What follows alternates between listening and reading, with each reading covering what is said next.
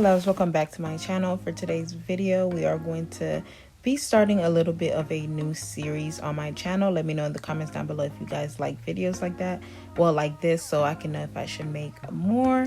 But today I'm going to be making one of my units, which is called the Ombré unit on my website. All the information will be in the description bar down below, so make sure you guys go ahead and check the description bar. But like I said, I will be creating like majority of my units, and I'm gonna recreate them on for you guys so you guys can see how I style my units or just make them in general. So right now what I am doing is, since this is like a 3-tone brown color type thing, I am separating the hair.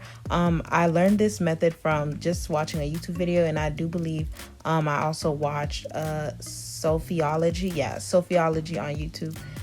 She also does this method too when she is doing like her infamous brown hair, so I did learn that method from her as well, and a few other people on YouTube. So what I'm doing is and what this does, and it just gives you a more so I don't really know how to explain it, but it just spreads out the color throughout the hair, and it doesn't just make it stay in one place. I hope that made sense. But right here, what I'm going to be doing is, as you guys can see, I did go in and I just separated the 2 section of the front of the hair just so I can have the 2 streaks in the front. And I am going to go ahead and bleach that first because I want that to be as bright as possible. Well, I want it to be the brightest part on the wig, that, and also all the ends of the other sections of the hair. The ends is going to be the lightest, and then the middle is going to be the second lightest, and then the top part, which I'm going to do last, is going to be the third lightest / darkest color.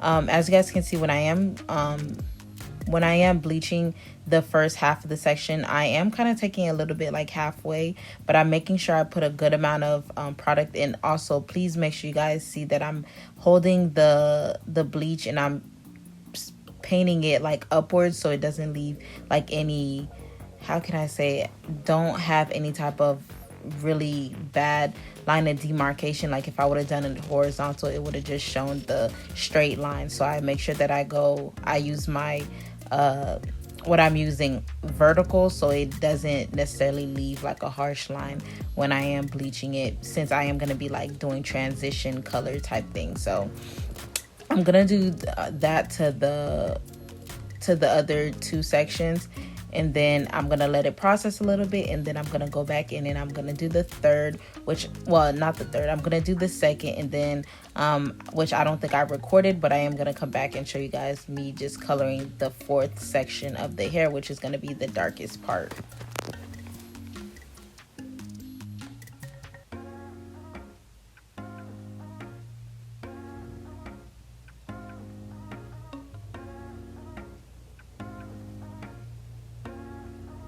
And this is how it's going to look like. Like I said, this is me just doing the 3rd section of the hair, and I do go in and I just make sure I check them throughout, like the process and stuff like that, because I do use either 20 or 30 volume developer. I don't use 40 because, like I said, I do leave them for like a good amount of time, and I don't want them to process too fast, especially if I'm doing like one section first. I don't want it to process too fast. So I would say go with like a 20 volume developer.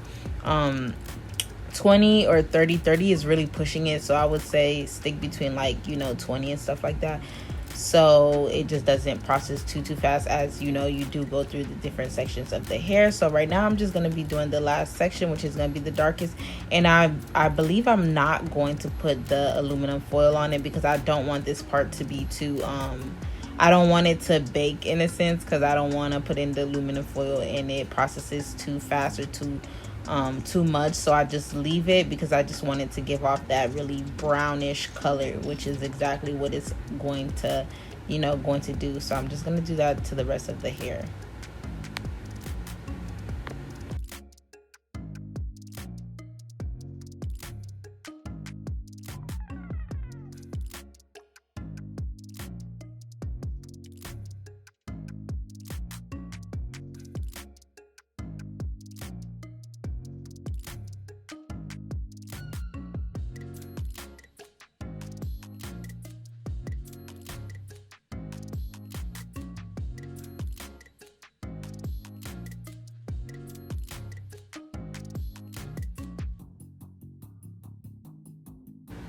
And then I'm just gonna do it to the rest of them, and then like I said, I'm not gonna put the paper around them, and I'm just gonna let all of it, I'm just gonna let it process a little bit. Honestly, all I look for is for it to just turn brown. I don't want it to turn like light brown, but I just want it to give that dark brown look to it. And when I see that, that's when I know that it's time for me to actually go ahead and wash the remainder of the hair out so it can stop processing. Okay, you guys, so this is how the color turned out. I went in and I blow dried everything, and this is how the front is looking like. And as you guys can see from the way that I was doing it, there is no there's no harsh lines in here, which is what you don't want. You see that everything just flows, and by you doing it step by step when it comes to the bleaching process, is gonna give you this like almost three-tone looking type of color. Like it goes from like light, medium, and then it goes to like a dark brown. And that's exactly how I make the Ombré unit. So what I am about to do now is I'm about to actually pluck this unit. I'm not gonna go too in depth in the way that I pluck, because I'm gonna make a separate video on that. Now when I am doing middle parts, or when I'm just customizing in general, before I even start plucking or customizing, I do make sure I go in and I separate the parting space of where I want the part to actually be. So that's exactly what I'm doing, and I'm also using the hot comb just to train the hair in the right direction that I want it to go. I do go in and I do pluck my parts, which is very important. If you don't pluck your part, I would really suggest you go ahead and start plucking your part, because it does make a major difference. I didn't used to do this, but honestly after I started doing this, I can't stop doing it because it just makes such a huge difference. Right here is what I'm about to do. Is I'm about to start plucking my I'm about to start plucking the hair. Now it's really hard for me to explain plucking, which this isn't really a dedicated plucking video, so I'm not really gonna go too into it. It's just right now what I'm doing is just doing kind of like a skip I don't know how to explain it, just a skip method, I guess. And I'm just gonna go ahead and go by sections and just pluck the frontal, and I'm gonna go ahead and show you guys the difference to how it's gonna look like after I pluck one section and then one section not plucked.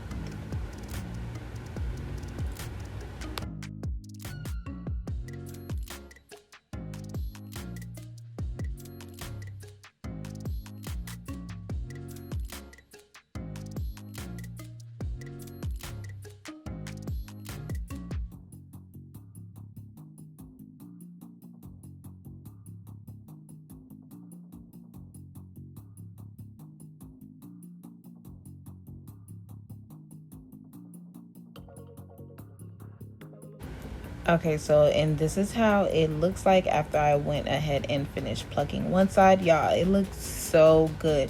Like, I'm obsessed with the way that I pluck my hair now. Like, it's ridiculous, but that's just how they look like. And then now what I am gonna do is I am gonna go ahead and pin curl the hair. I did not used to pin curl my wigs, but now I really do pin curl them now, because I just see that it makes a huge difference from the way how the curls look and how long they last. So and especially because the customers that do purchase my wig, they don't really know how to curl and stuff like that, so that's even better for them. They're able to have longer lasting curls and stuff like that. So I basically pin curl all my curls now, which is exactly what I'm about to do.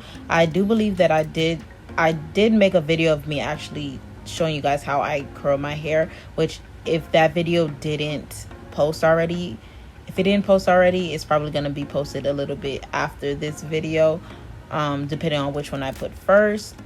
But I most definitely did do a video of me actually, how to curl a unit.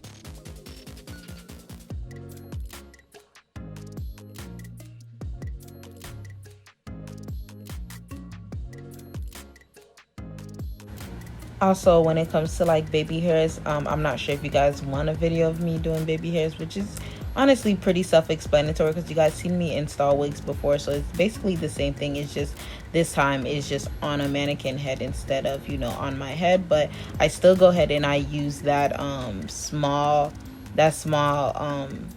flat iron, mainly just so the baby hairs can be more so trained, so when I put the foam on it, it'll be a little bit more easier. This is a good trick for if you don't really know how to do baby hairs, like how to swoop them. This definitely makes it a lot more easier.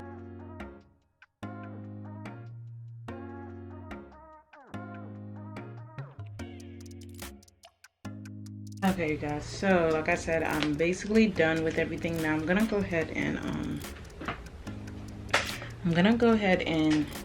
take out these curls. I'm only gonna do just about a couple on camera, and then I'll come back and then we'll brush through her. I do like to take my time when I am, you know, taking down the curls. Now, if you are sending this to a client, you can go ahead and leave the pins in there, but just keep in mind you're sending them your pins, so make sure you include that in like your price range in a sense. But yeah, for me, I do take out the pins out of the hair, but what I will do is I wouldn't comb it out, but for the sake of this video I am gonna comb it out. But if I was immediately sending it to a customer, I would just leave it the way it is and then just send it to them like that, and they comb it out. You guys see? Now you guys can see the like well, it's kind of like three, I don't know if you guys can tell, but the different shades of the actual bleaching process, which I really love. This is why I love this unit, because of the different like dimensions that it have. Let me put you guys down a little bit.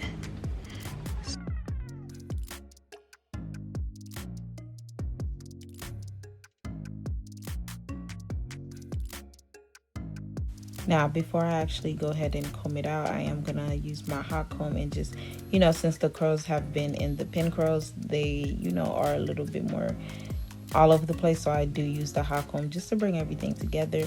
Now, if I do remember, I'll add my hot comb somewhere on this, not on the screen, but in the description bar down below for you guys, if you guys are interested in this exact one. But this one gets really hot. I think it gets up to like 450 maybe, but I know that there's a lot of them that goes higher, but for some reason I really love this hot comb.